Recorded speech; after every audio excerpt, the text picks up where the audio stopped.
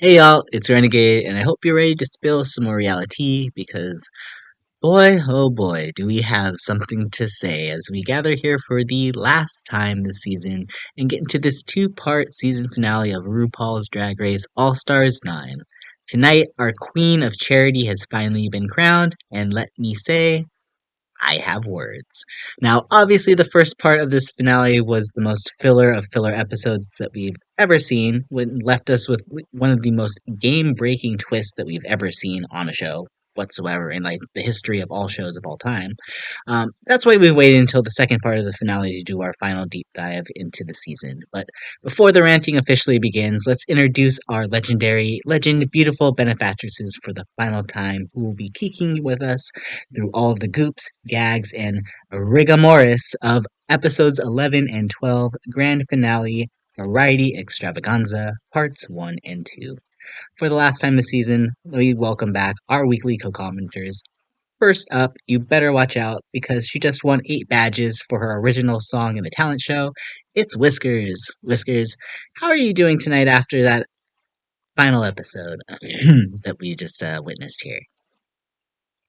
Hey girl, I'm doing interestingly. The part one of the finale couldn't even tell you a thing that happened. Part two, I was engaged, I was in it, I was shocked by the end, and yeah, that's about it. We'll get into it. I'm sure we will, but let's not forget our one and only double diamond herself. It's QuackrrJack. Jack, I know there are so many words that could be used to sum up what we just witnessed. Have you gathered yourself enough to be composed to do this final podcast of the season tonight? Of course, of course. I mean, I think now that Alyssa Edwards is going into Global All Stars, and that's going to be one of our next topics, I'm really excited to quote her and just say rigomoris. Oh my god, I'm so excited for Alyssa and so excited to do that. But Maybe that'll actually be a season worth watching, unlike this one. whoop, I mean, Oops, let's be sorry. real. I'll be honest here. I mean that's a great segue into this because I was ready to plan out this podcast and do a very long-winded deep dive into the season. Because let's be real, prior to this two-part finale, I think we all kind of agreed that while this wasn't the best season, the amazing runways and the stellar challenge performances were really enough to kind of carry the season at least to an okay finish, as long as the finale stuck its landing. But dare I say, the season finale could go down as one of the all-time worst in the history of any reality TV show ever. And I don't think I'm being overdramatic here. Like, this finale was terrible. But let me start off here with something positive, which first off, congratulations, Angeria, for winning the season. I think we should all give her flowers right now. So say congratulations, Angeria, y'all. Congrats, Angie. Love ya. Congratulations. Please don't send Angie any hate because it's not her fault if you didn't agree with the decision. Exactly. Send it to RuPaul. She had some pretty strong performances, I would say, throughout the season. I don't know if she would necessarily be my top favorite in most of these here.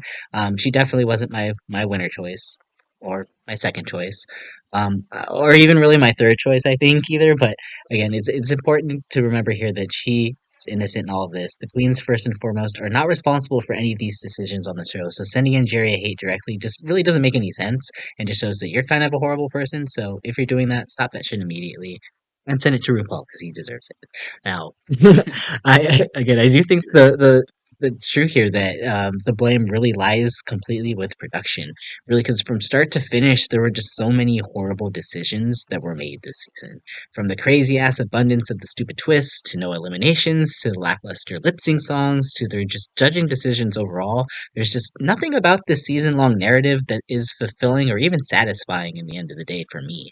And yes, obviously I was fully Team Roxxxy from the start, and I was going into this finale fully expecting her to snatch the crown. And I don't see how, with the edit we received, that we should have expected really anything else. And I don't understand how we're supposed to really feel happy for Angeria when it was clearly put so much into the edit that Roxy had everything it took to be crowned the winner here. So I just don't see any justification for any of this, especially when, again, Roxy was the clear frontrunner going into this by a mile. So we could break things down little by little in details about, some specific things here in a moment. But overall, Whiskers, I need to know, was the right queen crowned tonight? As much as I have been Team Angie throughout our whole recording of all of the episodes I've been on for the podcast, I do not think the quote unquote correct winner was crowned. I mean, Angie brought a great package, and I think everything that she presented, even her looks obviously weren't my favorite, but she had some really good ones. Her performances and the challenges, everything she brought, just who she is a fierce entertainer. And I think her performance standalone, not comparing it to everybody else, is deserving of being a winner. And I'm happy for her that she got the crown, she got the money to the charity. But the thing is, we are comparing it to other people and their performances on the season, and I think everything about that, and with, like you said, the edit, was all pointing towards Roxxxy winning. I can see why Angie was in the top 3, because we kind of had the Angie versus Roxxxy thing going on. So it was like, okay, yeah, that checks out. It makes sense maybe that they're both in the top 3. But Roxxxy not winning was just absolutely mind-boggling. Like, even earlier in the episode, like, you kind of have Roxxxy say something. I don't know exactly what she said, but it had winner written all over it. It was her time. That being said, and we'll get into this more as we judge like the looks and the talent show and everything. I don't know if Roxy's performance in this episode was the strongest, but you don't always have to have the strongest performance in the finale to be the winner. Like, it should be about the overall season. And even with the winner that we had with Angie, I don't think she was the strongest tonight. So it wasn't even like she leapfrogged Roxxxy. It was just, I don't know. I have a lot of thoughts about it. I love Angie. I love Roxxxy. Honestly, I got to love pretty much all of these queens in different ways, and at different levels throughout the whole season. But I don't know. I'm not maybe as mad about the quality of the season as both of you are. Not to put words in your mouths, and you can talk about it more. But Oh, I I'm think so I angry. was I've I've been thoroughly entertained throughout the season. Maybe not in the best ways all the time, like entertained by the craziness more. But the challenges, the Rusical was one of the best we've ever had.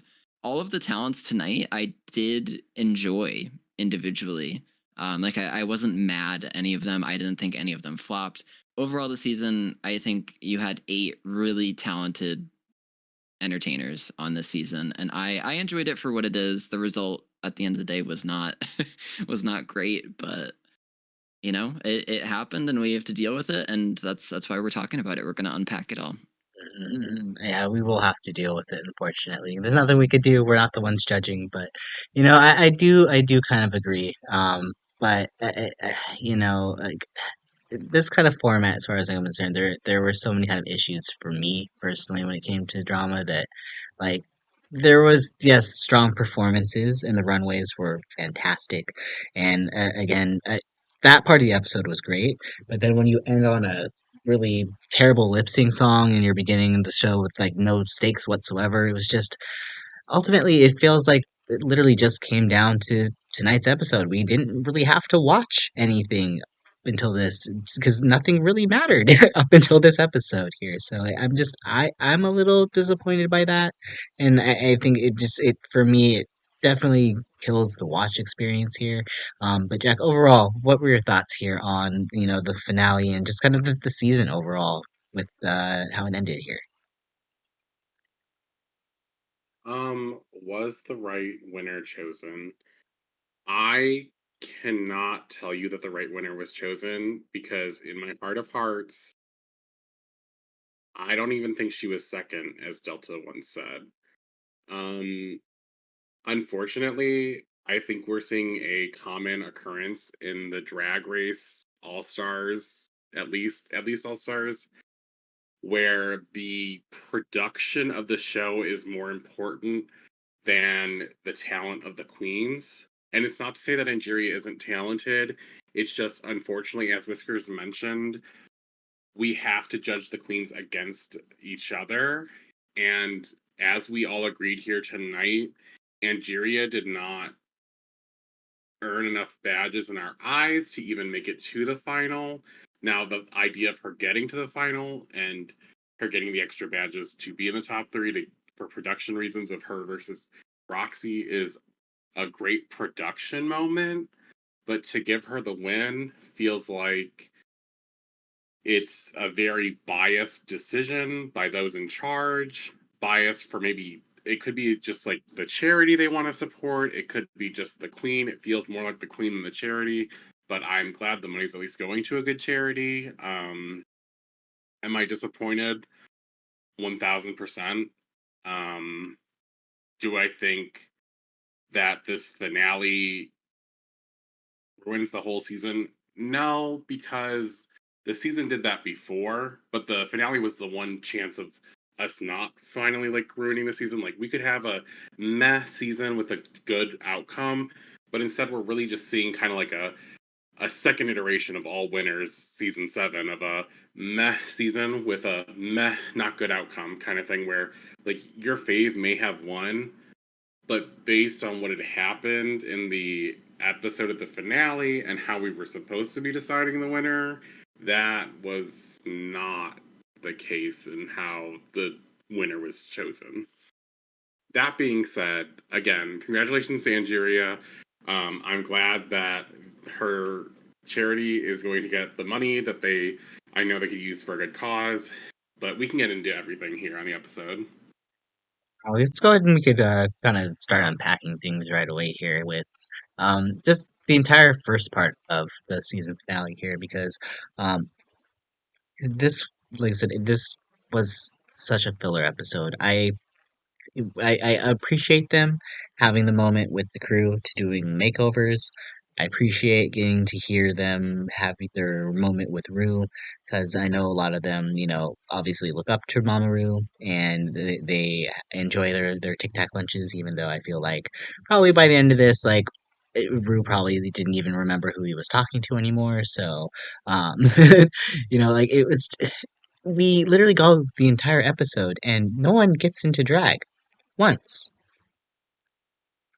I don't even know what to think about that. Like, I'm very confused on the decision to have this way. Like, if you're gonna do that, then release both parts at once. Like, why make us wait a whole week? Like, were they that like struggling to try to figure out who they needed to have the winner choice be? Is that they needed to have like a whole week to like prepare us that someone could possibly get to the finale who possibly doesn't deserve it? I don't know. Like it just felt like a very weird energy shift after seeing Roxxxy basically win the season in episode 10 after the lip sync, showdown to kind of enter it like this. Um, Jack, did you have anything particularly that stood out to you from the first part of the season finale here?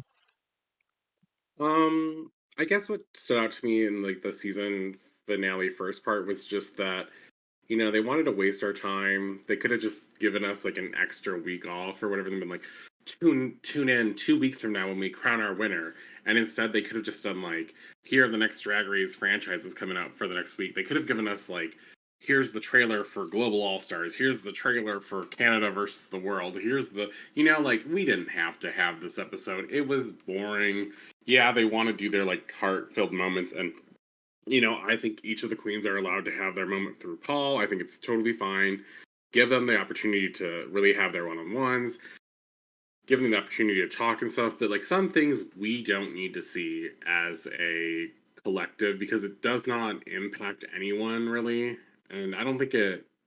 And then I could be speaking for myself. I'm speaking for myself, and maybe I'm in the minority here, but I don't think it really impacts anyone in the sense of like, oh yes, I really want to see this. Like I don't think anyone was really feeling like, oh yeah, like I really want to see this episode of them doing nothing. And honestly, the biggest thing was that in the last 5 minutes, we saw them make this decision for the double diamond, learning about it, and then like, who are they gonna give the double diamond to? That was what the whole episode essentially was.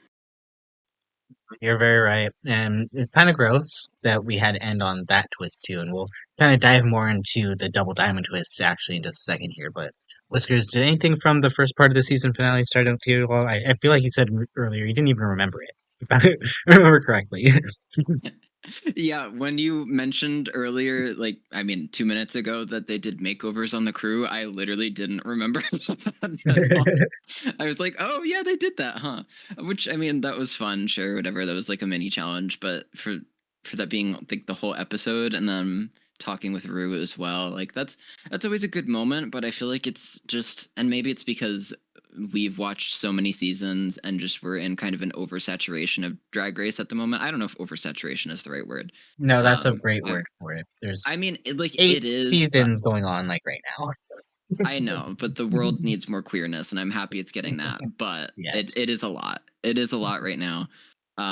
So like but just the emotional moments where they have the talk with Rue and like open up about their past, those in the older seasons were so good for me, and like I'm sure other queer people, because like you had moments to relate, and you have people that are on TV, and you can relate to that. But now it's just like we've kind of heard a lot of different stories, and like it just for that being the whole episode, it didn't really fit in. It very much felt like, okay, well, we have to do something because the season has to end on this date, so we need a filler episode. So let's just make the finale 2 episodes. Like, I don't know, there were other options, I'm sure, but it wasn't really satisfying to watch as an episode. It just felt like this is here, take it, enjoy it. And I don't know, it wasn't a bad episode, but for it being like the build up for a finale, it was bad.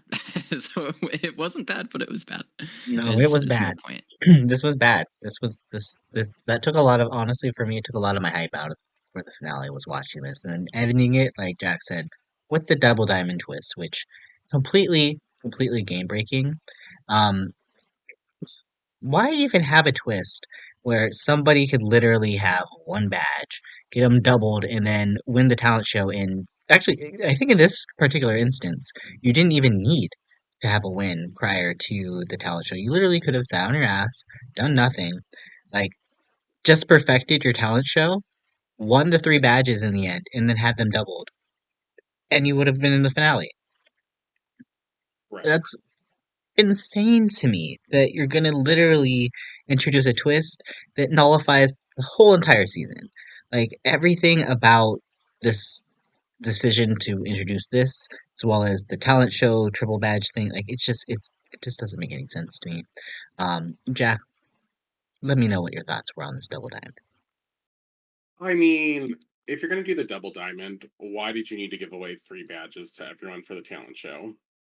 Like, what is the point of doing 2 huge things? Like, you're going to give 2 people automatic guarantees into the top 3, right? With the talent show performance, because who cares about whatever else happened? Because you already produced the show to the point where everyone has enough badges to be able to either become the front runner or lead in the pack and become tied with the front runner just from the final episode of the talent show. In which case, we've seen many times again, and we see this time again, that it's not going to go the way that it should, and rather it's going to go the way that they plan it to. The talent show being so consistent with the makeover challengers of like Riggery. And then, we have this double diamond, like, meh. Like that's that moment of the Nina silky lip sync.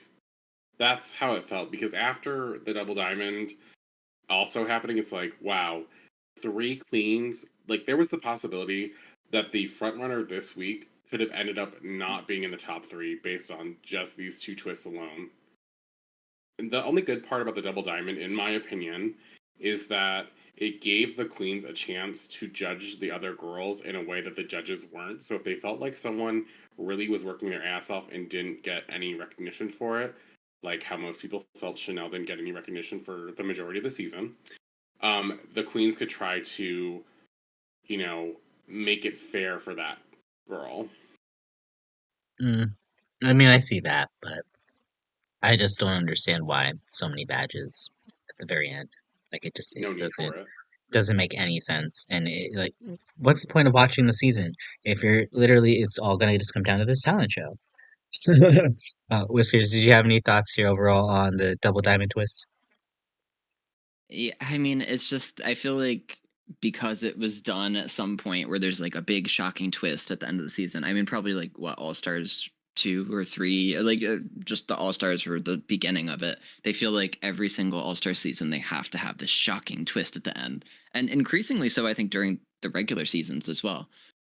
Which can be better if they find a good one, but I feel like 90% of the time the twist is always dumb and like doesn't impact much or like completely game breaks or like is just ridiculous. I mean, in this case, it didn't even end up mattering at all. So it's like, why was this such a big thing? And like you guys mentioned, I mean, it was just in addition to the final challenge also being 3 badges. I feel like that's almost worse than the doubling thing. Because it's just like, I don't know, the talent show is something everybody that was here was an all-star, obviously. Like they deserve to be here, and they can all turn out like their own thing, like a talent show, something they're good at. They're all going to turn it out. It's like all going to be base level good. Like you're going to enjoy it.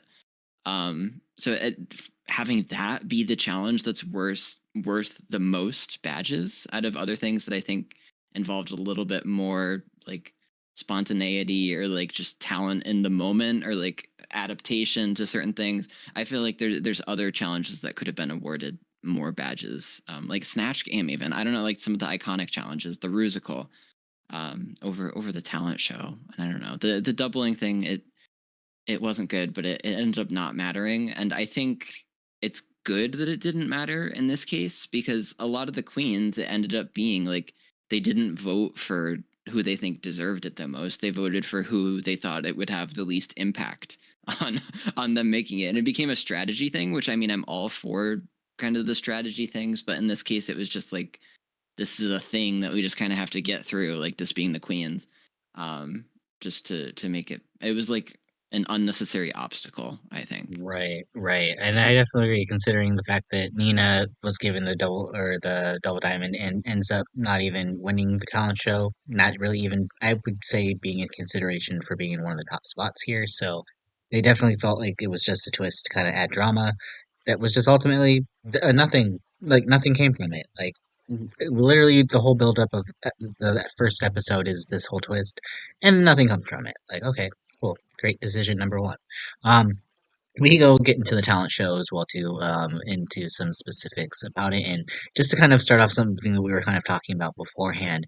Um, I personally don't necessarily mind the talent show if it's a situation where they're not allowed to do any sort of, dance performance to an original song.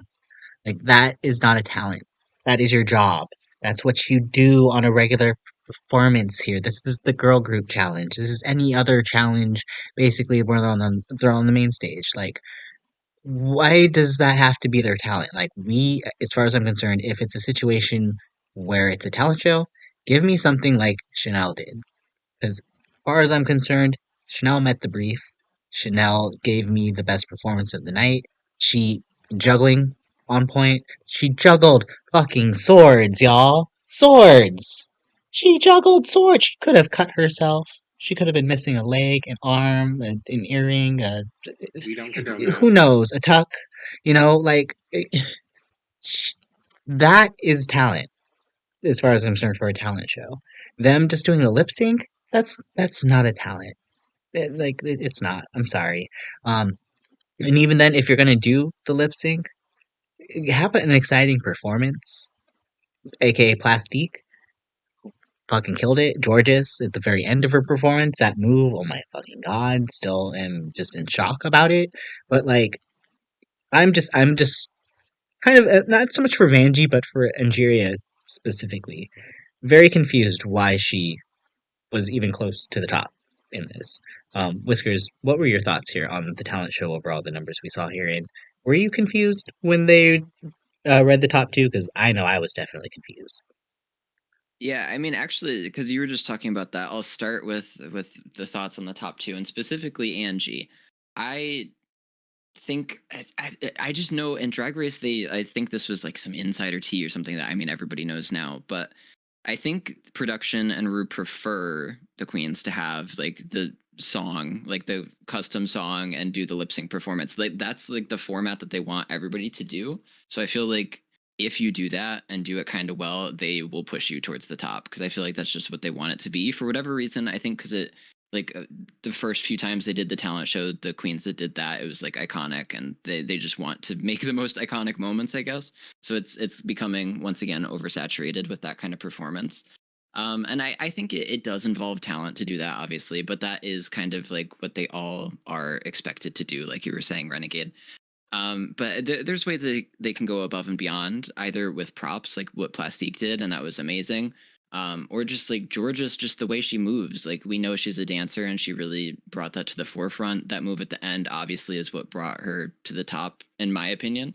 But I thought overall her performance was great. I mean, there's so much to talk about and unpack here, but like based on who actually were given the top spots with Angie and Vanjie because they rhyme.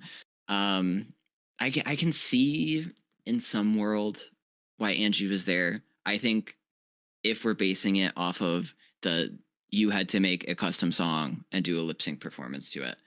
Angie's song, I think, was one of the stronger ones. The lyrics, obviously, the ugly bitch, like she brought her branding into it. Rue loves to see that. Production loves to see that. I can see for that reason why she was pushed towards the top. Was it in my top? No, but I did think it was a strong song. She had the laugh moment that like everybody probably got enjoyment out of that, I would imagine. So I can see it, but it definitely I was shocked still that she was in the top, but like I don't know, it's kind of devil's advocate. I can kind of see both ways. Vanjie, like another one I didn't expect to be in the top, but I just like when she was on the runway, when she was performing, I just found myself like smiling. Um, and it's just the joy that she brings and her personality and everything. I can also see why she was pushed. Um, so I just enjoy it. I think they were both deserving in different ways, but just for everything comparing, and I mean it is a competition, so we got to prepare. Comparing it to the whole package that everybody brought the whole season and what was brought tonight, I was shocked that it was not George's Plastique or Chanel that were given at least one of the top two spots. Agreed, absolutely. I was very shocked if one or not both of them got it here. And I do want to say, Frangie's performance, I did enjoy it. So I see a justification more for Vanjie's performance over Angeria's, at least for me. Yes, did Angeria have a better song than most people? Probably yes. But I was much more captivated by Vanjie's performance overall. Just something about her Vanjie in general is just a very charismatic individual. I was lucky enough to get to meet Vanjie at DragCon, so definitely say. I mean, actually, and just want to say Vanjie hit on me too. So, oops. Anyway, who else did she not hit on that day as well? Pretty much. Anyway, um, so yeah, I don't know. She's kind of like again an Alyssa Edwards, where I feel like I'm just always gonna enjoy anything that she does because she's Vanjie. I love it.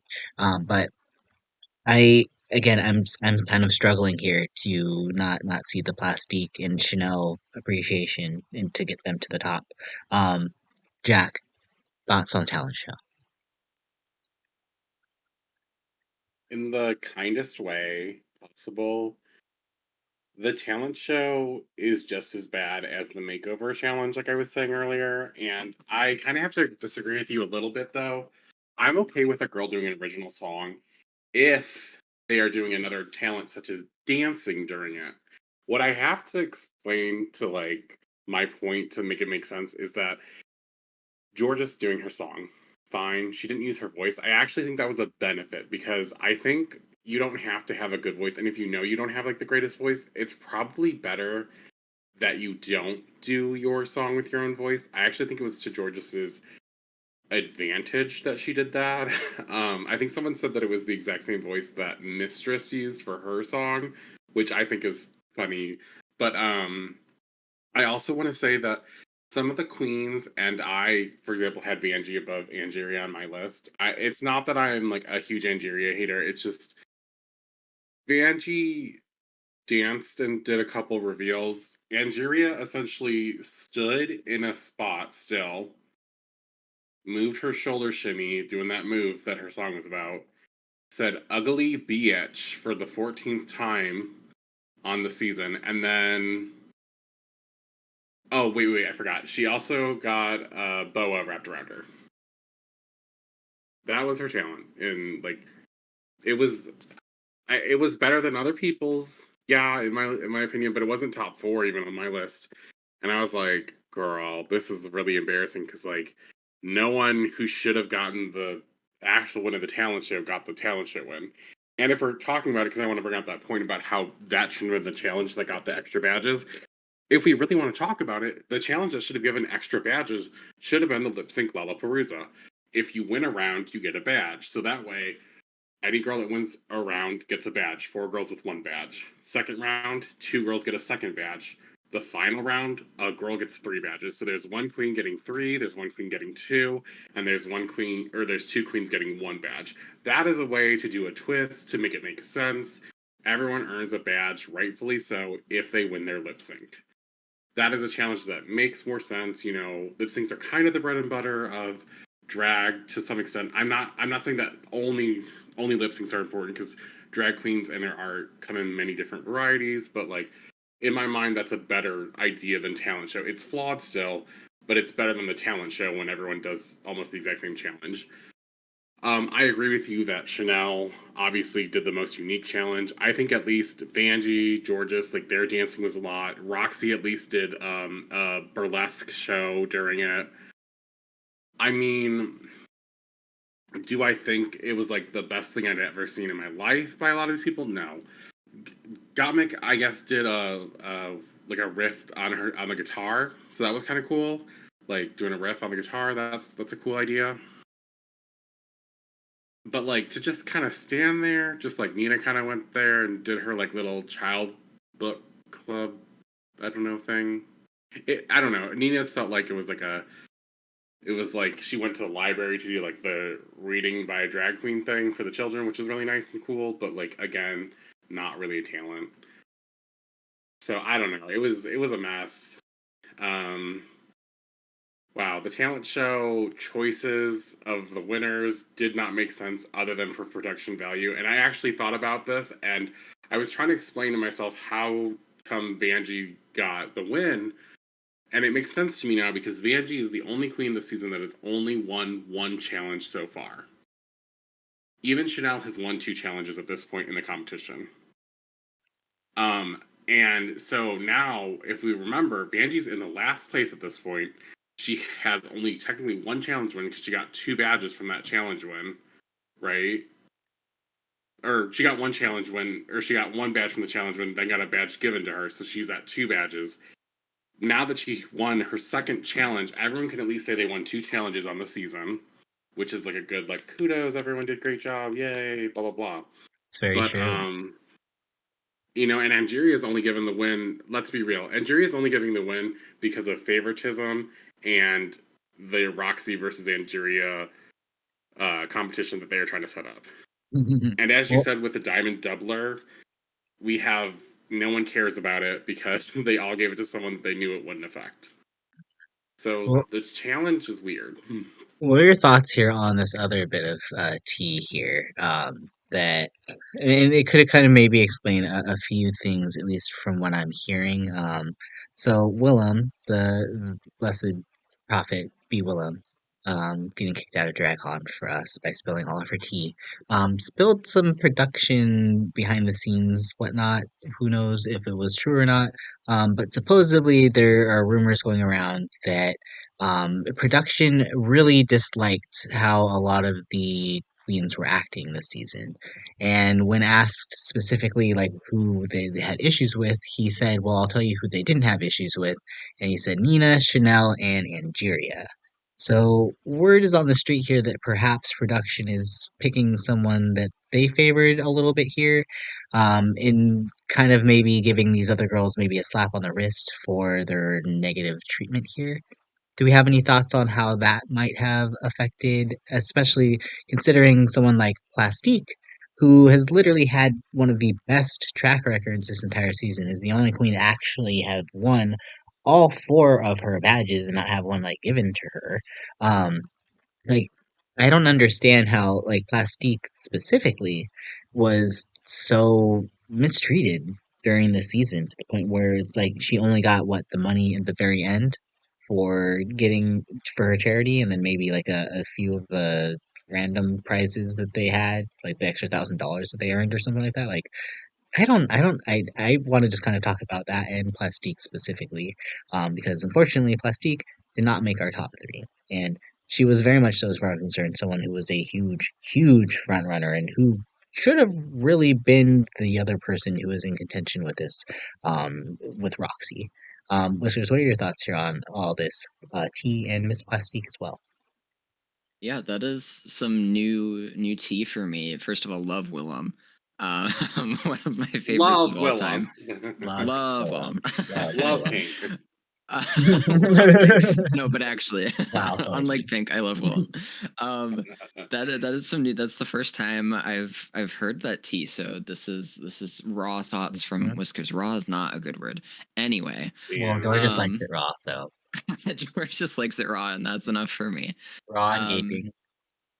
there we go. Sorry, now I'm demonetized. Okay. Anyways, next time. Oh, YouTube. No, but kind of on that same way, how YouTube would demonetize for saying anything gay. RuPaul's Drag Race, when you're on there, you are on a TV show and you're at the mercy of RuPaul. I don't know how much say RuPaul has in it, probably some, and the producers. And you have to play to their rules if you want to reap the rewards. You can't go on and kind of do things your own way. As much as like that's the way it should be, and I would love it to be that way, that's not how it is. And it totally makes sense that they crowned a queen that played by the rules and made the TV show in the way that the producers wanted it to be made. I can totally see that happening. With Willem saying it was also like Chanel, I'm like, why wouldn't they maybe throw Chanel a bone and put her in the top three? Because it was totally deserved for her to win the talent show. If she was in the top two, I thought that would have totally been that would have checked out. But I can that I don't know, the dots are connecting. That makes sense. Why maybe if Angie like played into what production wants. I mean, she had the drama with Roxxxy. They were able to finish that storyline through her. I can see why that may have propelled her to the final. And I mean, you can't knock Angie for doing that. Like you're on the show, you have to play by their rules, as much as that might suck. Um, the people in power are gonna control where you end up. So if she did that, mama kudos to her for doing that. I don't know. That's a very interesting development. Do you have any thoughts on Miss Plastique's performance overall this season and the Oh fact yeah, that she's not in the top sorry. That three was here either? that was the Yeah, it second was. part of the There was question. a loaded. There was a I loaded question here. It was no, a lot of so ones. that was my raw thoughts. So Plastique, yeah, I mean, obviously shocking that she's not in the finale. It was shocking, but you could almost kind of see it coming based on her edit throughout the season. And I mean, she was never given a lip sync win. I feel like there were a couple shouts where maybe she could have won maybe one, maybe, and maybe not even a couple. Like she was fairly beaten in a lot of the lip syncs. But obviously, with her runways, some of the best we've ever seen and probably will ever see on the Drag Race runway. Although I will say, Gottmik had some of my favorite looks of all time, all collectively on the season. We'll get into that as well, I'm sure, as we analyze the looks. But we're talking about Plastique. I'm sorry, I'm getting off topic. It, yeah, shocking that she's not in the finale based on her looks, based on her performance. She showed her comedy chops this season. So I feel like there really was a storyline for them to use and propel her to. I could have seen her winning the whole season, and it would have been very justified. But just with the way that the edit kind of played out, it was always Plastique kind of missed second place. But I didn't see a world where she wasn't in the finale. Or I mean, they were all in the finale, but in the top three. Like I thought she was a shoe in with Roxxxy at least. But yeah, it just shocking that the way she was portrayed overall in the season, I would say. I agree. And Jack, do you have any thoughts here on Miss Plastique and just kind of the tea The about, rumors. yeah, Yeah. all the Willem rumors here? Let me start by just saying that like we don't know exactly what some of the queens like supposedly did to upset production, because like some of the queens could have just been as simple as, we found out earlier in the season that Roxxxy fought production because she got the girls their cell phones. Like maybe that's the reason they don't like Roxxxy, because she fought against production to give the girls some entertainment when they're in their hotel room. You know, um, but so like since we don't have any really information on this, um, I do think that when you're working in a setting like this, especially like in a professional setting with people where you're making a TV show, you really do have to keep yourself professional. And I hate that word, but you just be kind to people is like the number one rule. But as far as like a crowning because of that, I guess it is, RuPaul's best friends race, because if that's the way we went about it, I'm not really sure why Vanjie then gets is Vanjie just getting the automatic, like, she gets the talent show win for the second win of the season, so everyone got some wins, so no one did bad this season, everyone's a star kind of moment. Is that what we're going for the Emmy or something? I don't know.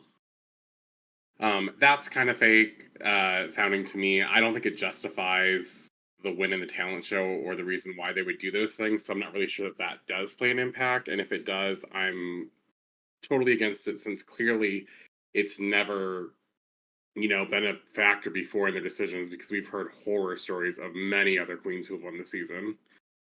That being said, about Plastique, am I surprised that Plastique doesn't make it to the end?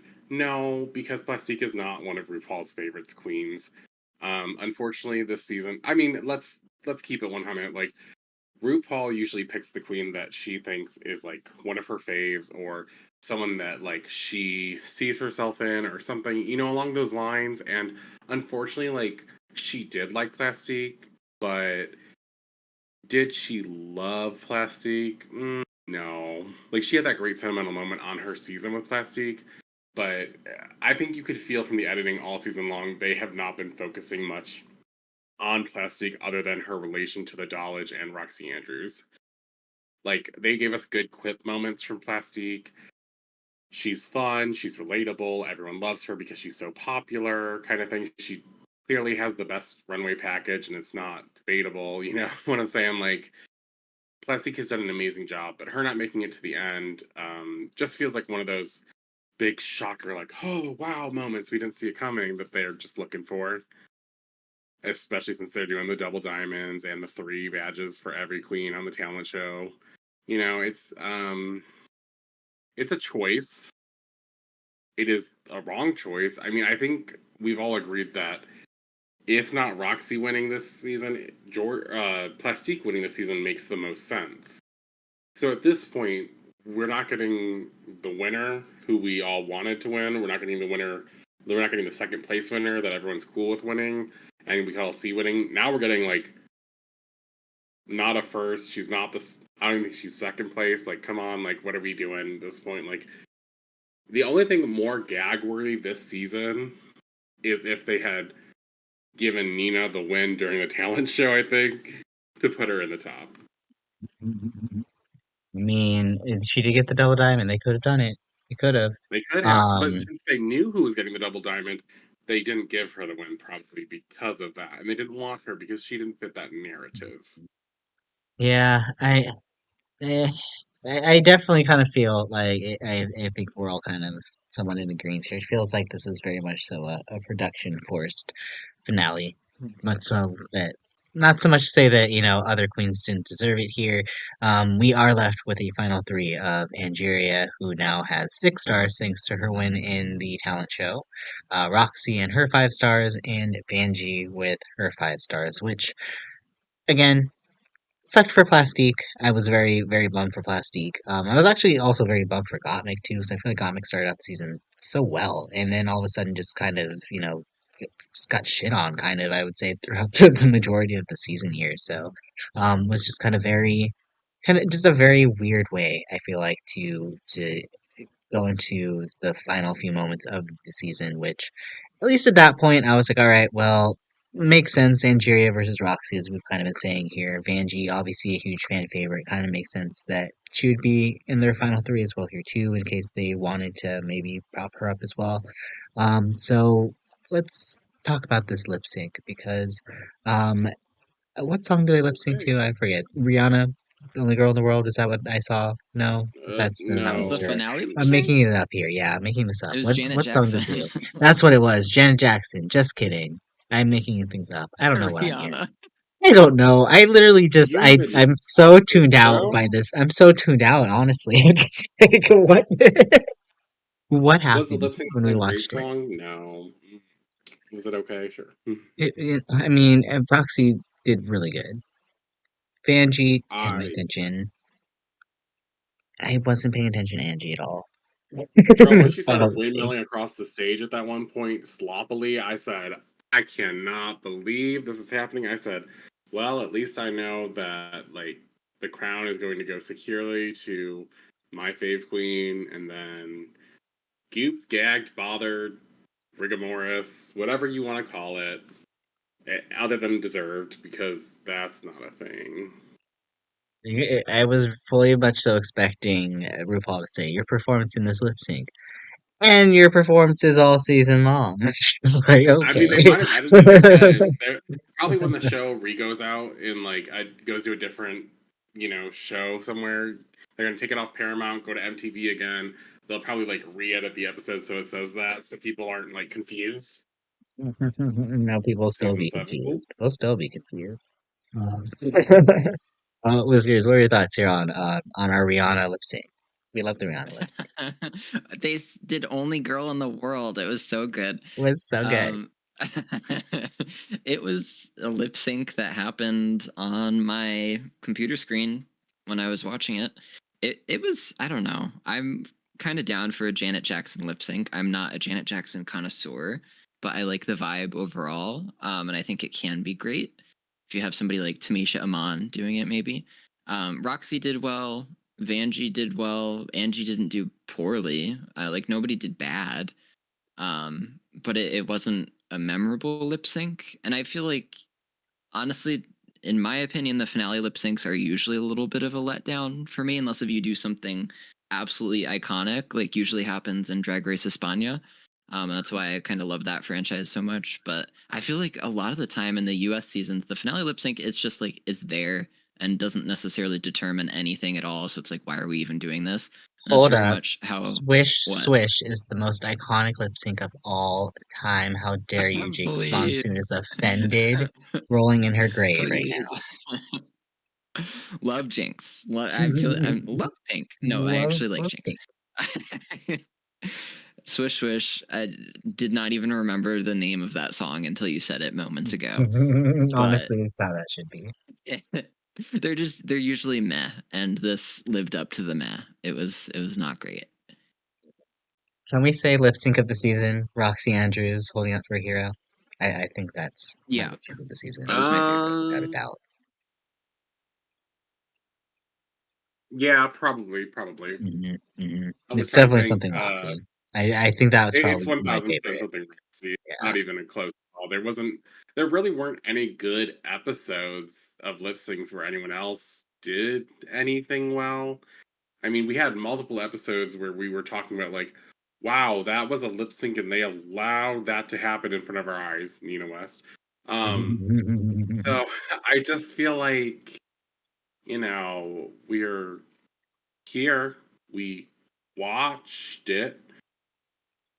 It's rough after, Sure. especially after season 16, which had just some iconic lip syncs. Like they're even like the worst one with like I want to say with like Q and like Amanda, like those ones. I'm like even those ones I would want to watch more than the vast majority of the non-Roxy lip syncs on this season. So, Oh yeah, I um, remember Q versus Amanda more than any lip sync on this season. Maybe barring Holding Out for a Hero, but that's mostly even just because of the song. Like there were no lip syncs this season that I'm gonna go back and watch over and over again on YouTube. Wait, hold up. Let's not forget, like, no one gets the prize. That was an amazing lip sync still. Okay, that was oh, good. okay, yeah, you're right. I would put that up there. I'd say outside the non-Roxy lip syncs, I probably am not going back to That watch any of these lip Yeah, syncs that whatsoever. was a like Roxy Andrew lip sync still, so Like I might need to do a like the official lip sync ranking. Maybe we'll do a video for that at some point. But like, it'll be a short. Hashtag shorts. Yeah, we love the shorts. Yeah, get into the shorts, y'all. We truly love the iconic, short amazing, engagement. yes, And we're yes, y'all, I do know that I accidentally called Chanel Nina West, y'all. Okay, I get it. You don't have to keep putting it into the Choices. comments. I literally uploaded it, and 2 seconds later was like, "Oops, I called Chanel Nina." So I'm like, thanks for letting me know, y'all. I noted, but I can't go back and unedit it because it's already out there. So next time. But while we're on the topic here of kind of like best of the season here, just because I mean, like again, it wasn't overall a terrible season. Like there were some very great standout moments here, at least as far as I would say from the queens themselves. I think they were able to show themselves out very well. What would you say number one top look of the season, if you could go off the top of your head? I'll let you pick a top three if you could narrow it down to a top three. Whiskers, you can start us off. Oh, I have so many. I have a whole list written out. I'm gonna say more than three, and you Oh, can't tell me then nothing. you do you, Um, girl. He's gonna be here my forever. favorite. Okay, I had to do some thinking about this, and I think overall favorite, like just outstanding, the detail, everything about the look that I have to give props to as the best of the season is Plastique's Widow look. The one with the sleeves and just the Yes. intricate detail. It's beautiful. Like I could literally sit there and look at that for an hour. And I think I have to give that one flowers as the best look of the season. Overall package though, most people, I'm not like most girls, okay? Most people would say Plastique, and obviously one of the most iconic packages we've seen, probably the most expensive ever that we'll ever see on the RuPaul's Drag Race runway. So I have to give Plastique her flowers for that. But just for my personal style, I adore Gottmik and everything that she has brought to the runway this season.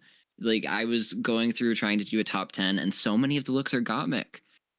The Scream look, I'm glad it got mentioned on the finale episode because Gottmik definitely deserved to be acknowledged for that. That's one of the most iconic looks of all time that we've seen on the runway.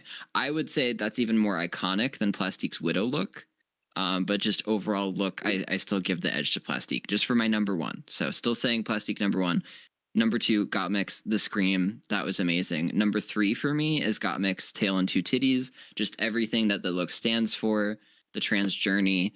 And it was like it wasn't just a message as look, like it was obviously an amazing message, but it was just an amazing look as well. That's also probably top 10 most iconic looks for me of all time that we've seen on the runway out of all of the seasons. So definitely want to give Gottmik her flowers as well. Basically, my whole top 10 is just Plastique and Gottmik. There were a couple others that I liked. I really enjoyed Chanel's Pearl look. I thought that was a standout for me.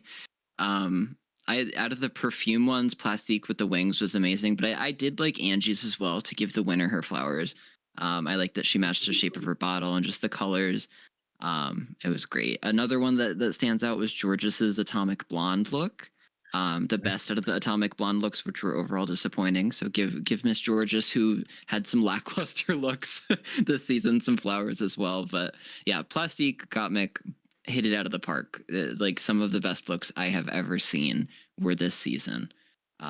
So definitely got to give credit where credit is due, and that's all I'll say. Absolutely, absolutely. And Jack, what were some of your favorite looks of the season here?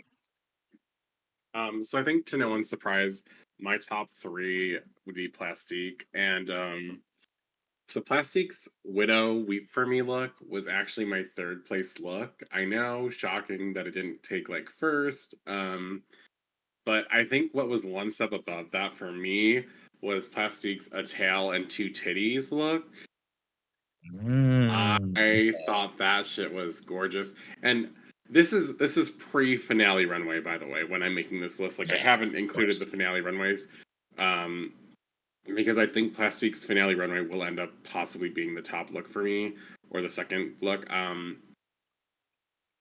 The the real big one for me that like took this whole list though, it was Plastique's paintball eleganza look because there's something so beautiful about how she used minimalism yet extravagant features to make this look that just like showed opulence, it showed beauty, grace, elegance, like everything I've ever seen in my life, like leading up to this moment of like, this is a queen who not only understands her body, but understands what looks good. And this is just such a knockout look. I know it's simple. I know it's not like the most crazy design ever, but it is so I can't help but to tell you how much I love a simple look that is just so well done.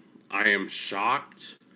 I am in awe of this creativity of what she was able to come up with in such a short amount of time.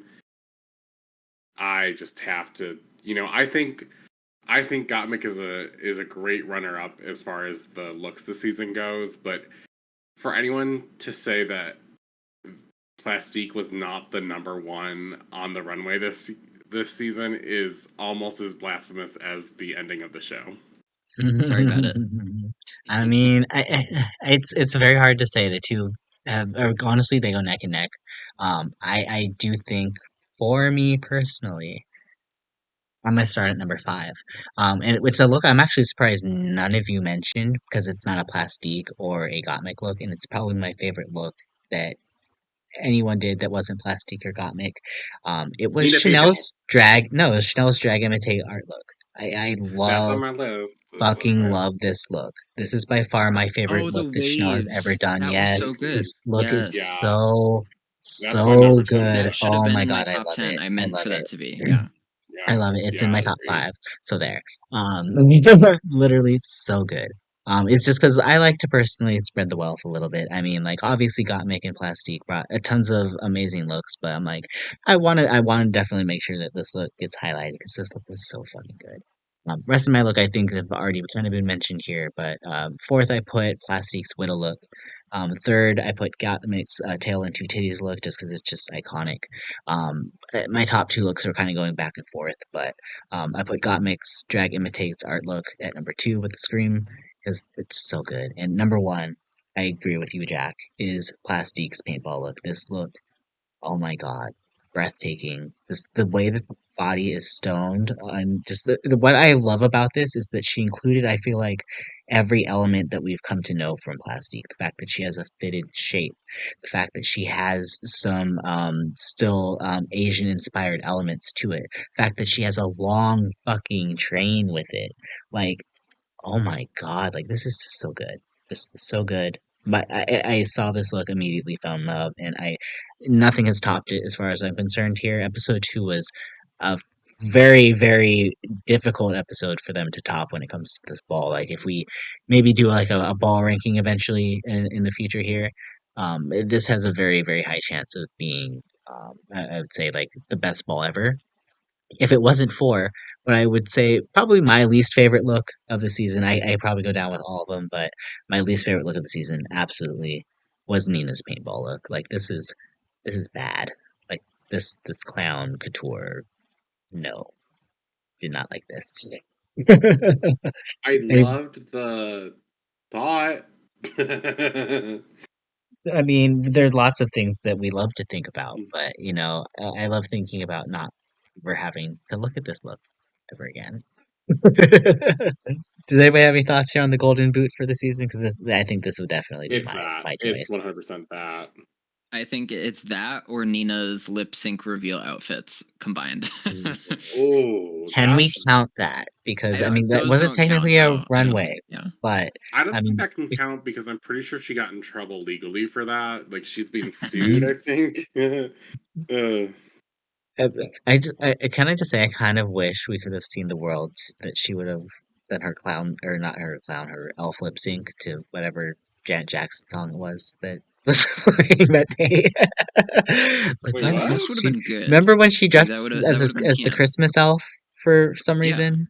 Oh, Yeah, I her still don't Nicki like. Minaj lip sync. Oh my That's what it god, was, I Nicki can't. Minaj. I Okay. can't. Yes. Super freaky girl in a Mrs. Claus slash elf who hasn't been appointed like a higher position yet in the reindeer games or something. I don't know. Can we I would actually have paid talk about $10 Nina? to see that. I would want to see that. I Let's am interested. I'm sure let's you talk about would, just Nina. like all the people who wanted to go to that theater downtown. D- I feel like for first off, horrible Jack. Secondly, what are we thinking here for Miss Nina? Because I feel like out of everybody this season, and especially maybe in recent seasons, I don't know if anybody has gotten such. I feel like such an overwhelmingly negative perception or in reception to their time on Drag Race like Nina has. Just I feel like based off of her looks, like her looks. Yes, they've this has probably been one of the roughest returning packages I would say that we've seen from a queen that has returned to All Stars, but also like I feel like when it comes to her challenge performance outside of Ball, I mean, her like the Cha Cha Bitch look that she made this year, by far one of the best things that she's ever done, and she made it herself. Like I feel With like some help. Nina, She yeah, had some with a help. little help, a little With the help. help. She was coached a little bit. Still, she still A made it. lot. She still did it. Yeah, it was She great. made It the was great. outfit more so than Maya Mon LePage made her outfits. Okay, True.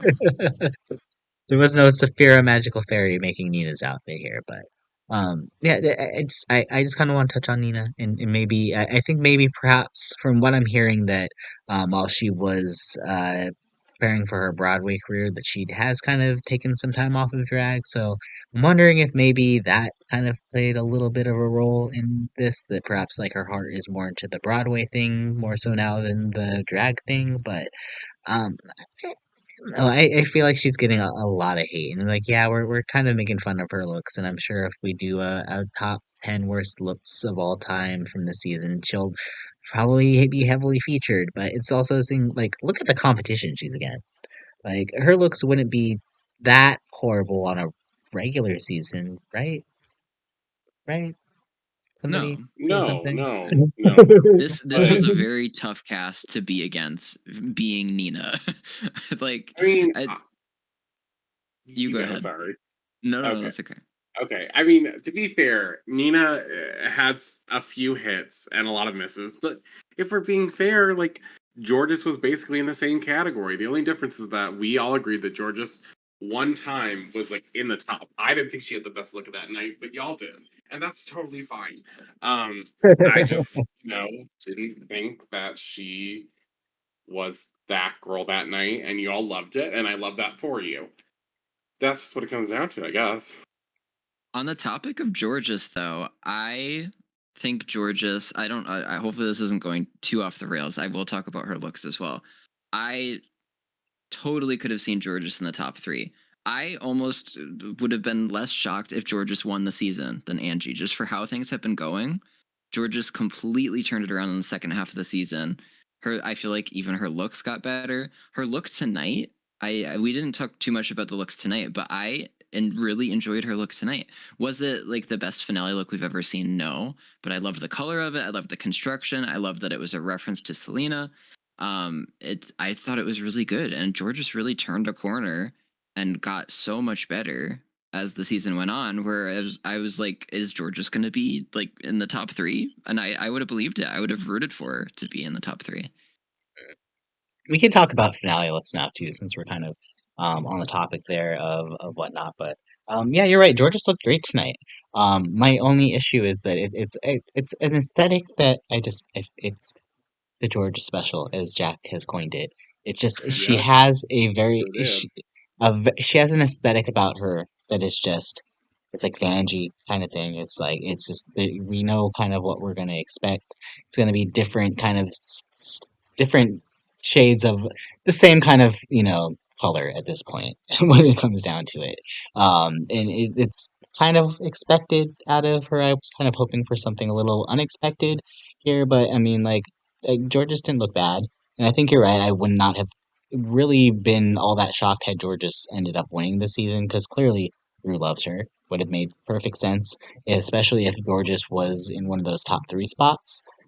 Which again is another one of those situations where it's like it feels like they pick and choose when they want to push Georges. I'm very confused by kind of what they're doing to her. Like this poor girl must be so confused as to whether or not she's actually liked by Rue or not because they do her dirty so many times. Kind of like Chanel on a lot of occasions too. Like it feels like they just pick and choose when they want to support her and whatnot. But as far as I'm concerned, Georges in the Rusical, one of the highlights of the season, without a doubt. One of my favorite musical performances of all time. Her doing Megan was just ridiculous. But yeah, I wouldn't have been surprised either. But I also, I mean, at this point, like I said, if it wasn't Roxxxy, I don't know how I would have really justified anybody else here. Um, Speaking of finale looks, any standouts? Any other standouts here? Whiskers, I'll let you talk about your favorite looks of the night. Sure.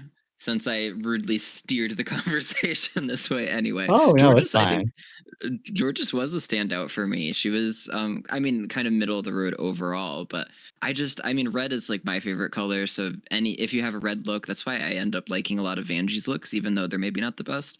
Because Vanjie loves red as well, but just the material, I think, in Georges's look tonight, and just the color, the way it looked, like certain shots they did on the runway, it's just, I don't know, it spoke to me, and I really enjoyed it.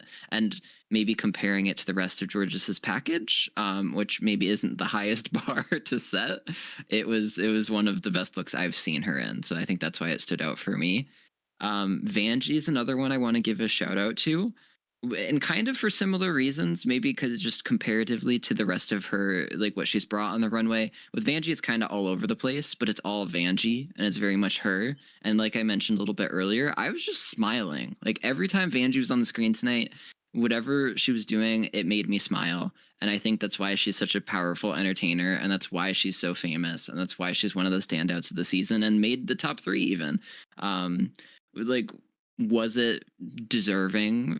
Maybe for all of the talent show performances tonight, maybe not. But just this look, it was so Vanjie. That coat was everything, even though it was falling apart. Like it wasn't feathers, but it was like feathers were falling everywhere. But it's just it's her personality, and it's just who she is, and it's like you said, Renegade and Alyssa Edwards moment.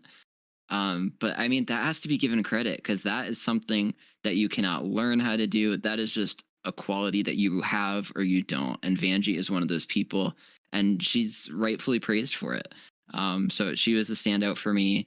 Angie's look, I will give some credit. I thought that was a very cool look. I thought it was one of the stronger ones tonight as well. I loved the kind of orangey gold combo and the blue teal and just the feathers. I feel like we've seen feathers a lot, but not this was kind of a unique spin on it. I feel like we haven't seen him like this kind of feather and in this way, and it as a finale dress.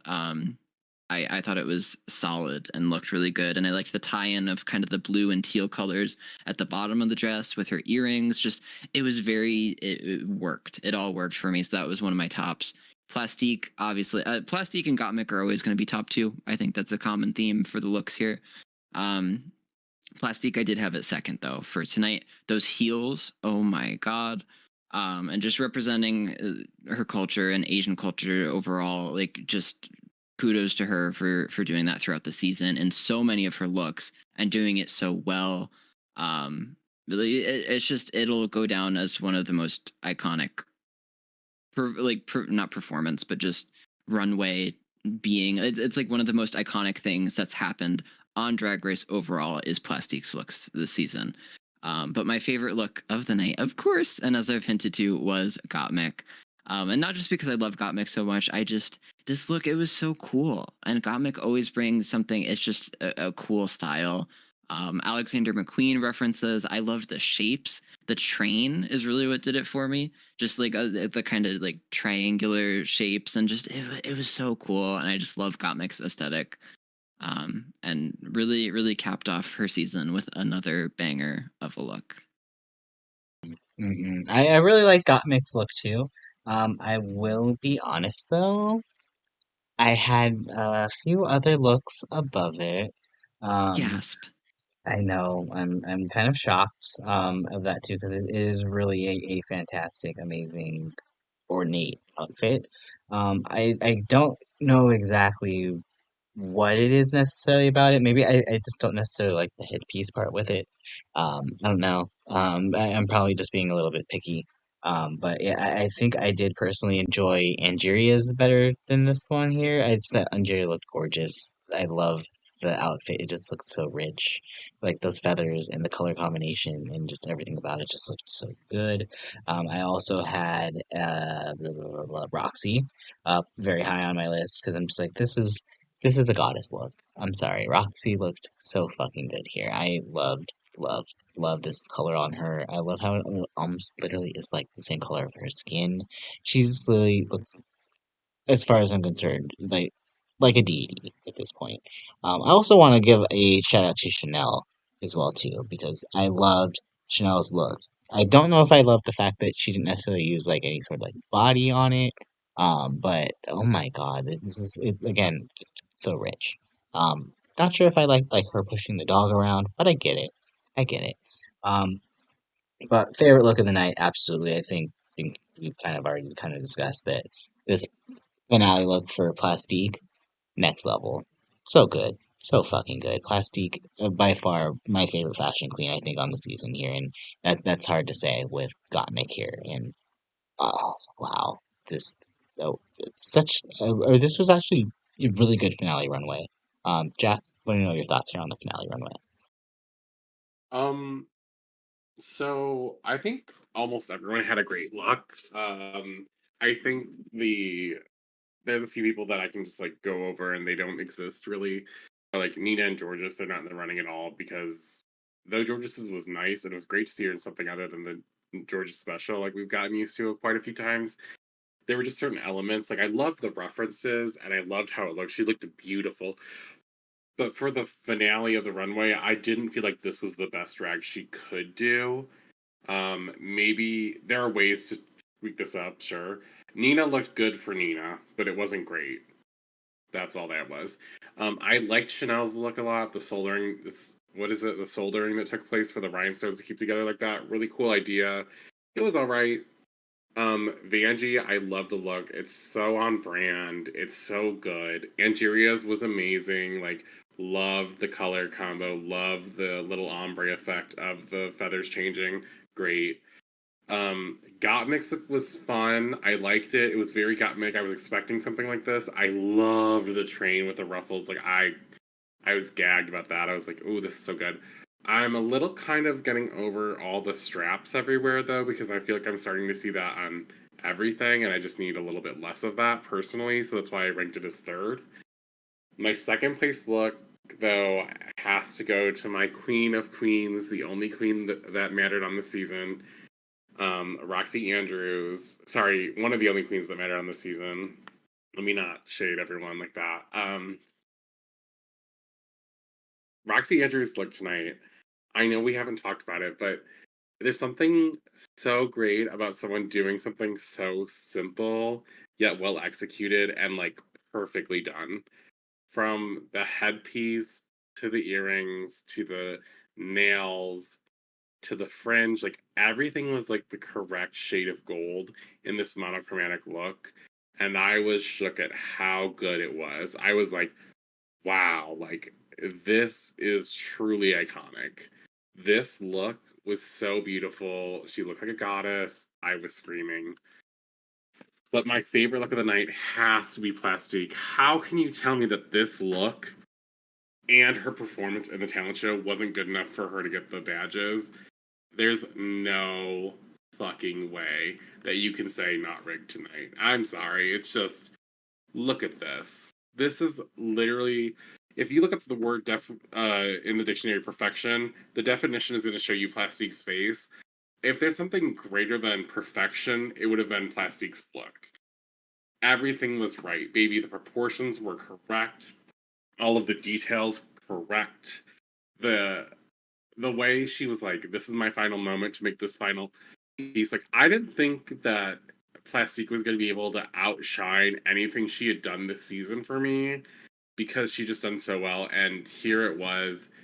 She not only outshined everyone on the judges panel per usual, she outshined all the girls per usual, but I think she maybe outshined every single look that has ever graced the stage of RuPaul's Drag Race potentially.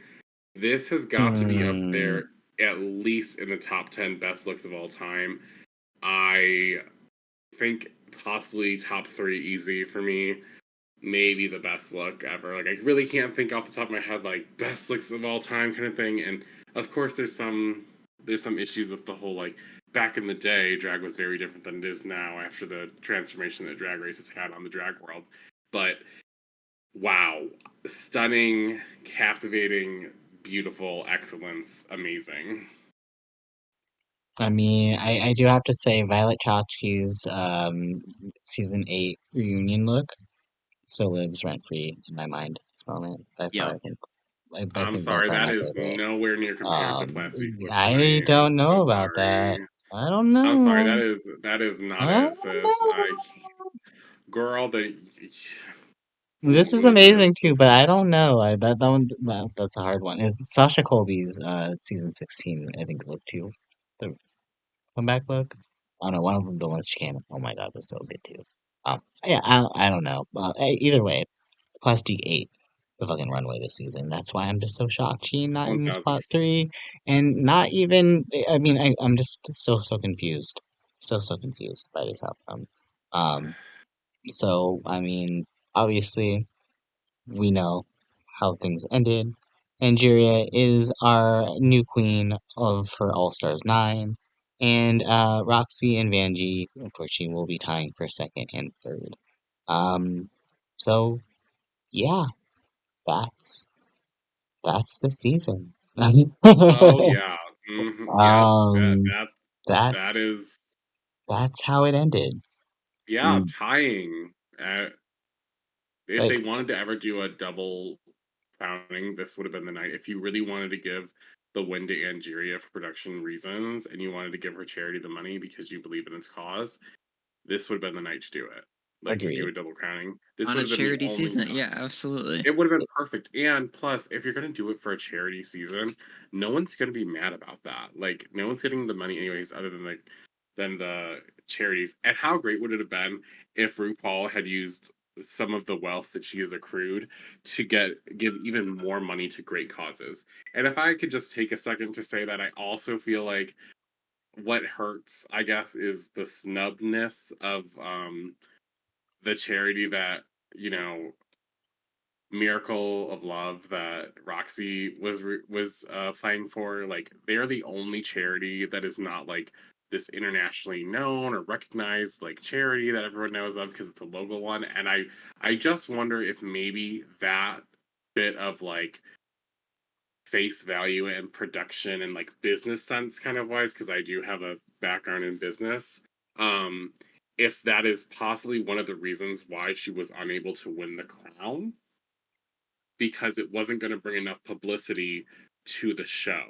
You know, there wasn't going to be enough talk or recognition from a charity that's smaller than the other ones. And Mhm. I just feel like it should be mentioned because it is just a interesting little tidbit fact here. Well, I mean, it's kind of like why Plastique's charity had very little money gone to it, like we kind of discussed earlier this season. Like, there's definitely lots of production reasons why I feel like they made the decision that they did here, and none of it feels right, which is very gross to feel at the end of a season that's supposed to be about charity. Um, so, it's I if we're gonna rank this season in like the lexicon of all Star seasons, honestly. I'm having a hard time ranking this between because I think I'm one of the few people that I've come to actually kind of enjoy All Stars 1. Not like it's not like in my best seasons of all time, but like compared to like season 5, season 8, Hmm. season 9. I don't mind All Stars 1. Like it's actually if I'm bored and I only have like a couple hours to just throw something on and like just put something on in the background, I'll throw All Stars 1 on.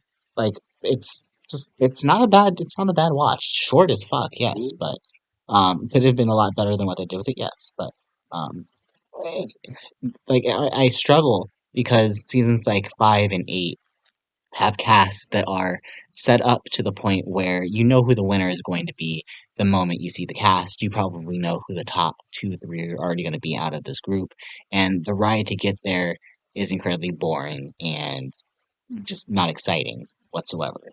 Then you have a season like this where there's so much talent. You are excited kind of to go week by week, even without or I would say at least initially. Then as the season goes on and you realize that no one is going anywhere, you lose a lot of steam. And then at least, hopefully, you're getting to an ending that at least is satisfying. And when you get to an ending like this, where you're just, it literally makes no sense whatsoever based off of how they presented the season up to this point. Like I don't understand. Like at least with like the other two seasons, I'm like, okay, fine. Jimbo won. It was obviously Jimbo's season from the start. Fine, whatever. Okay, at least there's resolution there. I feel like there's no resolution here. I feel like there was so much narrative that was set up to go one way, and it completely like backfired and went the other way. Like, it just doesn't make any sense. I'm so confused. I think I probably need a little bit more time to separate myself from the season and like really kind of just be like, okay, so this happened. But like initially right now I'm like, this could maybe be the worst. I don't know. I really don't know. Um, do y'all have any thoughts on where this would rank overall for you in the All Stars con of seasons here so far? Yeah, I mean, I personally don't think it's the worst out of the All Star seasons. And to kind of go off of what you were saying, like if we look back at this later in an alternate universe where Roxxxy won, do we look back at this season and say, okay, well, this was just Roxy's to win? Because I feel like with a lot of the edit, like it was her versus Angie, but her coming out on top, at least so we thought. And just like she was kind of the standout through a lot of different moments, and obviously for the lip syncing and everything. Like, would we look back at this as just another like Shay? Maybe not to the extent of like Shay winning All Stars 5. Like that was obviously, like you said, right from the beginning. Like, okay, well Shay's winning, but we're okay with that. I feel like would this been another case of like, okay, Roxy's probably winning the season, but that's okay. Um, like I don't think we would have been mad at that, obviously, from what we've shared tonight. But just I kind of base it off of, and maybe this season's ranking higher because it's more fresh in my mind. But All Stars 8 happened like 2 seconds ago as well, so that's pretty fresh in my mind. This is definitely above All Stars 8 in my opinion. I think it's above probably All Stars 5. It's definitely not in the best, but I'd say it's kind of middle of the road. It can go either way, and yeah, you kind of do have to come back to it at a later time, I think, to properly rank it. Kind of let it sit for a little bit and like this is what happened in the season. This is the result. You have to be at peace with it. But I can't see myself putting it below like an All Stars 8. Mhm. um as far as memorability, and just like because it is a charity season, I almost don't put as much stakes in it, like because it's just okay, well, like good causes are going to get money anyway, so like whatever happens. Which maybe isn't the most fair way if we're ranking seasons like just overall, but I think just the charity aspect, it made the whole season feel a little bit more lighthearted for me. There were no eliminations, and it wasn't an all winners season where it's like, yeah, I can see why there's no eliminations because it would be weird for like winners to go home. But this was just queens of all all placements, and it was for charity. So I'm just looking at it as it's like none of it really matters, but like it matters because of the impact, and a lot of money got donated to charity. So I rank it maybe higher just for that reason. Yeah, it's giving me, and at least initially, like I feel like I'm pretty good about like placing where seasons go, but it's giving me just for a recent reference, Survivor 46 vibes, where it's just like it's like it feels like just one. I don't know. There's just so many mixed feelings. So much kind of happened in this little period of time here where I'm just like, I need to separate myself. I need to just acknowledge that that happened. Q skirts exists, and we're pissed about bourbon burgers, and I just need to give a few moments to be like, okay, that's what happens this season, and well, maybe I won't be as upset a couple of weeks from now. I don't know. I'm not so much upset. I feel so bad for Roxy. So I feel like she has gotten so played out, and this they had a very easy finale option here to just double crown them, and they didn't even do that. And I'm just I don't know what to do. I just feel so defeated for her. Jack, do you have any overall thoughts on where All Stars 9 will likely rank in your overall thoughts on All Stars? Um, in the trash next to a lot of them. But I think I think when you're thinking of All Stars, it's hard to not immediately think All Stars 1 is the worst because it probably still is the worst, even though this one's pretty bad, right? I think when you think of like what are some of the worst seasons, you probably think of 1, you think of 3 for sure, right? You like Mm, I 3 was 3 for great some until the reasons, finale. but 3 yeah. was 3 is a fantastic really until the rough finale. season. No, I wouldn't say fantastic. Well, Three really shows true. where things get really messy with the format of the lipsticks, where it could be good, and then it's like, Mhm. Well, That's and when the then twists got overboard. That's like, and now they have to do that every season. Like 3 was the limit. Like it can was I like, say okay, this this? didn't work. They should have cut it out. I think 3 was the moment where actually everything does kind of shit hits the fan because it goes from a All Stars being once every 2 or 3 years to being every year. And Hmm. I think that is the biggest issue out of all of this is that, like, could you imagine had we waited 3 years in between some of these seasons and not have to worry about casting, like, some people that are probably deserve second chances, like Pheromone, Gia Gunn, Serena Cha, and you're actually filling the casts up with people that actually get to finales, people that are actually going to be competitive with each other, like all winners in a lot of ways could have just been like All Stars like 3 had they just waited a couple years and actually, instead of trying to turn this into a money cash grab every year. Because in a lot of ways, if you really think about it, that's why All Stars 2 is the best season of the best. They waited a large amount of time till they had a larger group of people to pick from, and they had basically the handpick of the top queens of the time. Like you can't have an All Stars. The fact we're at All Stars 9 and we're at 16 seasons of the show, like that's insane. That's insane. Like they need to slow down on these All Star seasons and maybe take a year off, maybe two. They're not going to though. That's the thing. Like whoa, it hold is up. totally a cash grab, and they're gonna do it until it completely just flops, which is like kind of how every show goes, and that's because businesses and production teams are greedy, or I don't know, production teams, that's not the right word, but it's just it's going to go until it flops, and it's already kind of starting to flop. I feel like we've kind of had now 2 seasons in a row of All Stars that are kind of Questionably 3. like, Want to throw in all yeah, winners. I mean, All Winners, I liked All Winners Always as bad. I did too, it. but the reception from it is not good. Yeah, I mean, and maybe the only reasons I think it was good is because we had all winners, so it was obviously a super talented and deserving Right. of being in their cast because they Agreed. all won, and that Nothing wrong. carries it over the format and production stuff, obviously.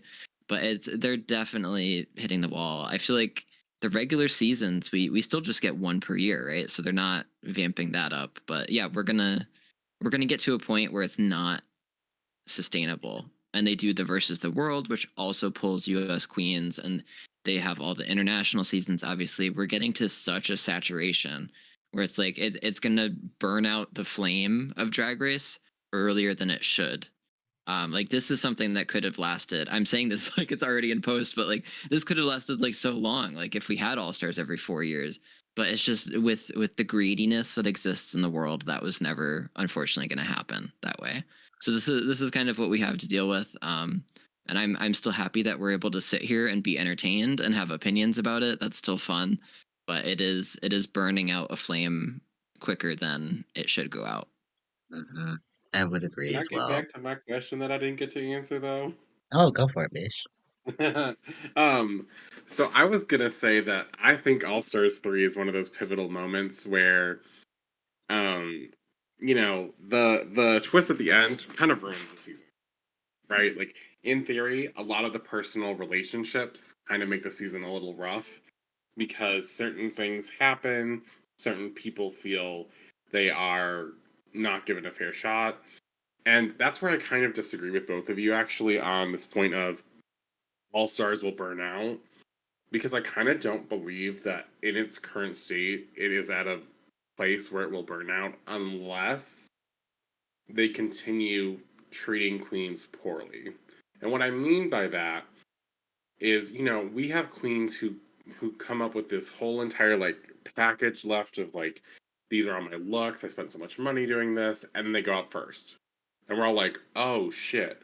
Like maybe let's give the girls like 3 episodes. And on the 3rd episode, at that point, we'll figure out like how we're going to start eliminating girls instead of just like you get to show one talent show performance, good luck. Oh, we decided you didn't do well enough in it, and someone decided to cut you because they thought you were bigger competition than the other girl, which happens a lot. I mean, I can't think of a single time where the talent show goes problematic, like because it always seems to. But I think that there's so much extra life that All Stars has, like with the inclusion of bringing Jimbo into the season. Like it shows that we have other contestants. For example, we don't have a Canada's All Stars, and we probably never will get one at this rate. We don't have a UK All Stars. We'll probably never get one at this rate. We can pull queens from other franchises of Drag Race to like get the queens that we need or whatever. But I think some of the seasons, the problem is they're just so produced for a singular winner that it doesn't become fair to a lot of the queens who come there to actually compete because they've now turned it more into what can we do to make this TV show like, oh, shock and awe, as opposed to giving us good drag. Like we want to see competitors who give us good drag and also are competing well, kind of thing to go through. But we see a lot of queens who have gone home early on seasons and haven't returned, and then we've seen queens who've been in multiple All Stars. For example, almost the whole cast of All Stars One is basically been brought back because All Stars One was such a shit show that it was unjustifiable for the way it went because you had 12 queens who 10 or not 10, sorry, 8 got eliminated within 4 episodes. That is ridiculous. That is a ridiculous concept. Mhm. And half the time not even because of their own performance, but because of the partner that they were either forced to have or chose to have, and then they just didn't do good in one singular challenge. I mean, I think if anything, it shows like with All Stars 4, we see a double winning probably because they brought back Latrilla and expected to double crown Latrilla. Like, there's so much that could happen in these All Star seasons. It's just the way that they're trying so hard to make something go one way or the other. Like, after All Stars 4 and Naomi Smalls making like the gag heard around the world of eliminating Manila, that's when they chose to just okay, we have to switch the format. We have to do this lip sync assassin thing, which is partially to blame for season 5, in my opinion, because I think season 5 of Drag Race All Stars isn't like the worst season, but at the same time, they purposely gave people wins and lip syncs that they didn't earn. And they got rid of They Derek Barry first. Getting rid of Derek Barry first, fine, Was a whatever. Like, mistake. That was a mistake. Sorry, but that was Derek it Barry can come was a back mistake. again. And to be fair, Derek Barry came back and she said, I'm not just going to do Britney. And the whole episode did Britney and didn't do Britney well. And then she decided, I'm not going to do Britney for this talent show. Does impersonations of other people, and half of them no one knew who they were unless she told us. So kind of rough. Like, I don't if you're care. looking. Derek Barry was robbed. Anyway, move on. If you're looking at like who should go home logistically, like it's not based upon like who did the best or worst all the time. It's a lot of times it's based on the relationships with the girls, and like that's what makes that format kind of interesting. But like more girls can come back. Like we've seen other girls come back, like Alexis Mateo, she's on her 4th season. Kenny Davenport, like uh, Eureka. Like they're all on Canada versus the World right now, and it's starting out as a great season in my opinion.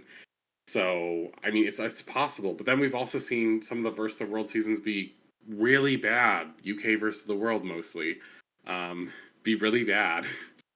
So it's interesting because there's so much dynamic that comes to these All Star seasons, and when girls do get eliminated, they probably still want to come back. But the fact that they spend so much money, don't get to do anything with their looks, and they just lost a bunch of money because they weren't always giving out stipends. That's kind of the issue in my mind. Yeah, I mean, it's definitely. I just like there's so many things that could go into it, and I feel like you just need to have the right casting, the right timing, and everything like that. And I feel like a lot of it too is them just feeling like they're casting specific people to fail. This particular season, it didn't feel like they did that necessarily, but I don't know, it's just the setup and the If you fact look at that season 8, you can see it. yeah, season 8 very much so. Season 6, I want to say to some degree, it's very clear that at least the first few girls were kind of definitely, going to be some of the first few out. I would even argue season 5, there were 7 queens that could have been the first out. I don't know. Like it's just, yeah, it, it doesn't feel like the same kind of caliber that I feel like And season two had, and I don't think we're ever gonna get that ever again because they're chucking things out on a far too regular basis, and it's just like y'all need to cool it thing a little bit. Maybe take next year off, or maybe just try to find like a format that allows you to bring back people that that everybody on the cast you're okay with seeing them win. I think that's the issue. Is we go into this knowing who they probably want to see win, and it's not a fun experience. It's kind of not, and it's I get it. It's for money, and I think you're kind of right too, Jack. I'm pretty sure All Stars 10, All Stars 11, 12, 13, 14, 15, they're already in the books.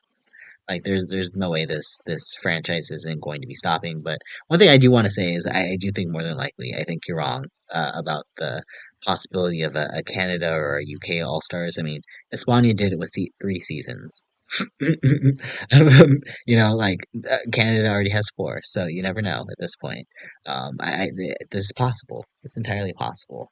But who knows? I mean, honestly, at this point, we're probably still going to be watching it, but wow, does seasons like this when you end them and you're just like, wow, why am I even that invested?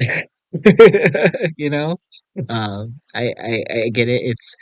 It's the one queer piece of TV that we have on really that's mainstream at this point in time. I feel like there's no choice but to support it. But god damn, yeah, are you not making this difficult? Stop making it so fucking difficult, oh please, real, just stop it. We see you. We see what you're doing, girl. We will and we see you, girl. So, yeah, does anybody have any, because I don't know. I'm just kind of, I'm ready to just let the season over with and be done with at this. So, I think that's everything I kind of wanted to get off my chest here. Obviously, Team Roxxxy forever. Yeah, hashtag you are my queen. Hashtag Angeria. Best of luck. Um, Oh, wow, best of luck. best of luck. I don't know. Shade. Sorry. I mean, I mean, if we're being real, hashtag not my queen, but I'm not gonna start that because Ooh, that's rude. she And I said it. want, She said it. we have, as a fellow queen of color, I have to support my queens of color. So you go, Angeria, you get your crown, Wait, hold and up. I'm That still that Team right Roxy. there. I have to make a note that it is a well known fact that queens of color um are, I want to say that like Latina queens specifically are really poorly portrayed in Drag Race, and it shows when we only have one Latina winner of 25 different seasons. We only have one Latina winner, and in the US versions, we have never had a person that was like a bigger queen win a season. And I just think that it's really interesting that we've never had either or happening really, and I just think that's really like kind of fucked. Personally, for me, like that's kind of what disappoints me the most is I feel like Roxy did put in the work. I feel like she came back, she improved, she came back again, and showed she improved even further. But I really do feel like there was no chance of her getting crowned this whole time because the way they even edited this show is a slap in the face to her. Oh, it And it really is. just feels like a slap in the face to any like Latina queen, in my opinion, because we've seen how poorly the Puerto Rican queens have always been treated on this show. Like, I just feel like it's something to mention. It's kind of sad, very sad. I agree. Like I said, I don't want to bring necessarily race into it because I don't think it's necessarily a race issue. I didn't think it has to have a lot to play into it here, but it's more so for the drag race fandom. I think in that case that have bigger issues with that particular issue. Um, we don't necessarily. I think reputation is good, 1,000%. And I think you're right that it was definitely overdue, and Roxy would have been a perfect representation for all that. And it's unfortunate that for whatever reason they decided not to go that route. And I think it'll always be something that um, it'll be one of those questions that I think will probably live on in the minds of fandom, like exactly why Angeria over Roxy, or why not both of them? Why not do the charitable thing? So I don't know. I don't think there's an answer that we're going to ever get in our lifetime from this. Unfortunately, it just goes down to one of those production decisions that eh, there's really nothing we can do at this point. But you know, we could sit here, we'll call it out, and they'll do the same exact thing next year, and we'll probably still be there to watch. But I don't know if there a way to fix that? Is there a problem is to be fixed there though, Jack? Do you think? Yes, yes, we should start judging less on our biases and start judging more based on the talent itself. Like, if you're gonna tell, like, no offense to anyone who, like, whoever they feel that deserve to win, like, everyone has their own opinion. That's fair. My opinion is just as valid as everyone else's, right? So I'm here to share that. And for me, it just seems like at this point, we don't get the winner that we should necessarily. We get the winner that RuPaul or production wants, as opposed to like what queen did the work. Like if it wasn't if it wasn't Roxxxy, it should have then been, you know, Plastique. And if it isn't Plastique, then what are we doing here if the top like quarter of the queens in the competition aren't one of the two selected as like the winner? Like I don't know, it just seems like a it seems like that is the worst part of the whole episode or the whole season because it's like never we're never gonna get like what it should be. We're just gonna get whatever RuPaul feels like at that moment in time. Well, but that's exactly the thing. I mean, like we're never, or not never, but like a lot of the time we're not going to get the person, the winner is not necessarily going to be the most talented person or like the person that did the best. They're making a reality TV show first before anything else, before who's the most talented, who's the most deserving, any like charity or like personal biases. The producers want to make the best entertainment they can possible. In their opinion, was this the best entertainment? Like, was this the best result for the best entertainment? Probably not. But they're just trying to make a reality show. And it's kind of like all reality shows. Like, they're going to milk anything they can out of these contestants. They're going to like take advantage of things. Like, that's just unfortunately how it works. And do we sit here and watch it? Absolutely. But I think we're not going to see, it's kind of a pessimistic way to look at it, but I don't think we're going to see a lot of that change. Do we see people get their flowers as they deserve sometimes? Yes, absolutely. But I think 9 times out of 10, they're going to go for what they want for the narrative and to make a reality TV show before like what's right or what's correct. Mhm. That's a very true point. It's a sad case in point. I think once a show at this point has become a large enough franchise as Drag Race has, I think that's just unfortunately how things kind of roll at this point. It's going to be a corporate mindset versus what is actually probably the most just decision. So, you know, I guess the good old days of Drag Race are likely officially gone, and we just gotta fortunately take what we get if we are wanting to be I think fans here, unfortunately. And it's not even to say again that this is like probably the worst decision that could ever happen here. It's just very disappointing, I think, and I think we all are justified in our feelings to feeling this way here. But again, if you are out there and you are feeling this way, please do not bring the hate towards the fan or towards the other queens. Yeah, and don't bring them towards other fans either, because it's at the end of the day a TV show. Like we're not going to die at the end of the day if the wrong person gets crowned. So, does it suck? Hell yes, it sucks. But you know what? far more pressing issues in life. We have an election coming up this year, y'all. So hashtag get out and vote. you know, things like that. So let's go ahead and we can maybe wrap up things here. Unless y'all have any final thoughts tonight on everything that we've just witnessed on All Stars 9. 'Cause I think that's everything I think I wanted to say here at least. Whiskers, you have any final thoughts on the season overall or just Drag Race in general at the moment? Yeah, I mean, like I was the last statement was kind of pessimistic and just the kind of corporate business reality look of what it actually is, but I kind of want to end on a positive note.